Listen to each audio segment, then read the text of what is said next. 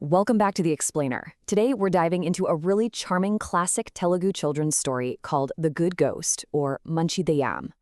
This story is fantastic because it takes that very universal childhood fear of the dark and spins it into this magical test of character. It's honestly a brilliant example of how folklore teaches values without feeling like some boring lecture. So let's walk through how a simple walk home from school turns into a completely unforgettable encounter.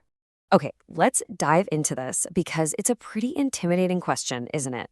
Let's meet the kids who actually had to answer it. We've got 5th grader Siri and her 3rd grade twin brothers, Kiran and Sharan. Like typical siblings, their dynamic is this very familiar mix of playful banter and, occasional bickering. On this particular day, they're leaving their elementary school totally unaware that their character is about to be put to the ultimate magical test.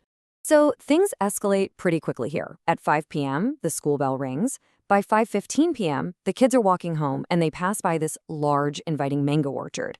Siri, Kiran, and Charan decide they want to play, so they beg the orchard's gardener to let them in. Now, he looks up at the dark clouds and warns them a storm is coming, but after some heavy pleading, he caves. He gives them exactly 30 minutes. Nature, however, had totally different plans. By 5:30 p.m., the sky turns pitch black, and a terrifying, dark rainstorm just starts pouring down on them. Now just picture this. The kids are stranded in the dark, pouring rain, surrounded by huge trees. They run and huddle under a massive mango tree, completely gripped by fear. Siri, who is especially terrified of ghosts, starts panicking.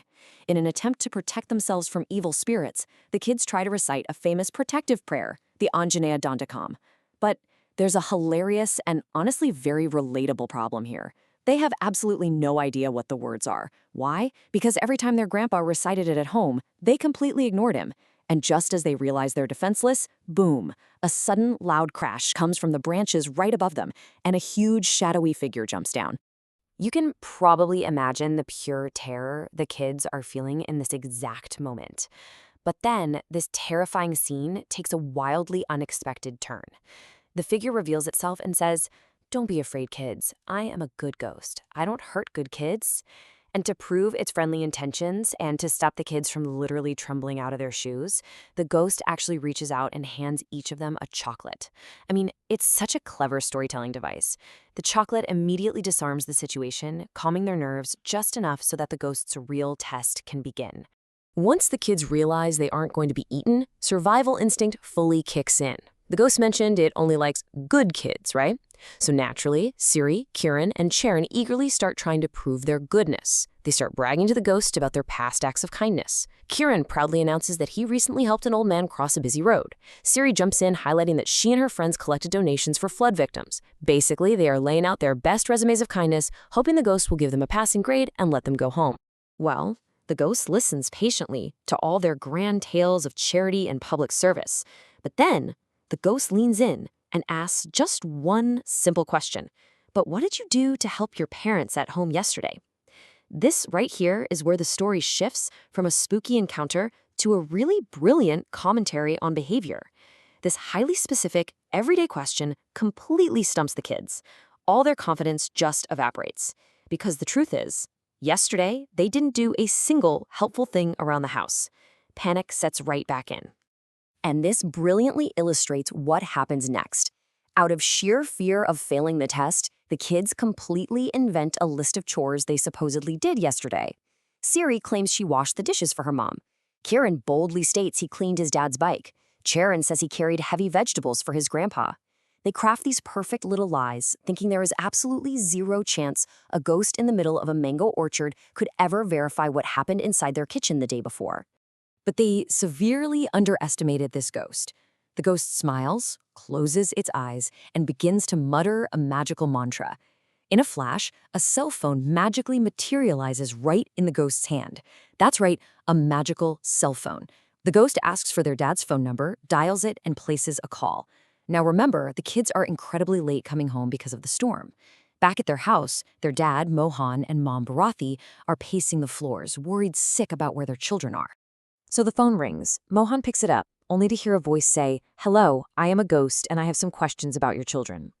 I mean, after the initial shock wears off, because it's not every day a ghost calls your cell phone, the ghost begins its interrogation. It asks the parents point blank if the kids actually helped around the house yesterday. Did they clean the bike? Did they wash the dishes? The suspense here is fantastic. The kids are watching the ghost on the phone, absolutely terrified that their parents are about to expose their lies. But then we get this shocking response from their mom, Bharati. She says, yes, they cleaned the bike. The girls and boys helped wash the plates. The parents actually cover for them? Out of deep love and probably just relief to hear any news of their kids, the parents generously validate the kids' lies. The children are stunned. Hearing their parents defend them, even when they didn't deserve it, sparks this massive wave of guilt. It secretly makes the kids resolve right then and there to actually help out in the future. Meanwhile, they're thinking, phew, we got away with it, the ghost totally bought it. But not so fast. Just when the kids think they're totally safe and off the hook, the ghost hangs up the phone.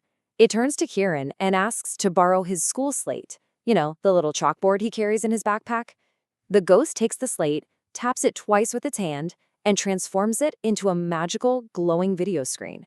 Turns out, the ghost didn't need the parents' testimony after all. It had the power to literally replay the past directly. The magical slate starts playing yesterday's events like a movie. First up, Kieran's claim that he cleaned his dad's bike. The slate shows the reality. Dad asked Kieran to simply bring him a dry cloth. But instead of helping, Kieran and Sharn got into a huge, petty argument over whose turn it was to walk and get the cloth, leaving their dad waiting until their mom eventually just sighed and brought the cloth herself. Kieran's big lie is totally, utterly exposed. Next, the slate moves on to Siri's claim. Remember, she told the ghost she washed the dishes. Well, the magical screen shows Siri's mom in the kitchen asking Siri to just put the already washed dishes away into the cupboard. But on the screen, Siri ignores her mom completely, stays glued to the TV set, and yells back a lie, saying she can't help because she's busy doing homework. The kids are caught red-handed, their supposed good deeds at home were completely fabricated, and the ghost literally brought the receipts. Caught in their lies and fearing the ghost might eat them after all, the kids try one last desperate defense. They point back to their original bragging. Siri yells, "But I really did collect those flood donations. Tap the slate and check." Kieran adds, "And we really did help that old man cross the road." The ghost just laughs because the magical slate reveals the actual timeline. Siri's donation collection? That was 6 months ago. Kieran helping the old man? That happened an entire year ago. And here is where the story delivers its powerful, absolute core message. The ghost looks at the ashamed children and asks, do you need 6 months or a year to do a good deed? You should help your parents every day. The crucial point the ghost is making here is that true goodness isn't about performing a rare, grand gesture once a year just so you can brag about it. True goodness is a daily practice. It's the small, unseen acts of kindness and responsibility you do consistently, especially at home with your own family. The kids realize the ghost is totally right, leading to a quick change of heart. First, they openly admit their mistakes and apologize for lying. Second, they make a firm promise to the ghost that they will help their parents with chores every single day. And third, they promise to continue helping others in need outside the home too. Satisfied with their genuine change of heart, the good ghost tells them it never intended to harm them. And as their worried parents and the gardener finally run into the orchard searching for them, the ghost magically vanishes into the branches. The kids run to their parents and immediately repeat those exact same promises to them, making for a truly happy ending. What a fantastic story to explain. It uses a magical cell phone and a magical slate to brilliantly capture how easily we can neglect our closest responsibilities while patting ourselves on the back for past glories. The good ghost leaves us with a lesson that applies far beyond childhood. So, I want to leave you with a provocative question to reflect on. When was the last time you helped your parents, or your partner, or your roommate without being asked? Are you relying on a good deed from 6 months ago? Thank you so much for joining me for this explainer. Keep learning, keep helping out at home, and I'll catch you next time.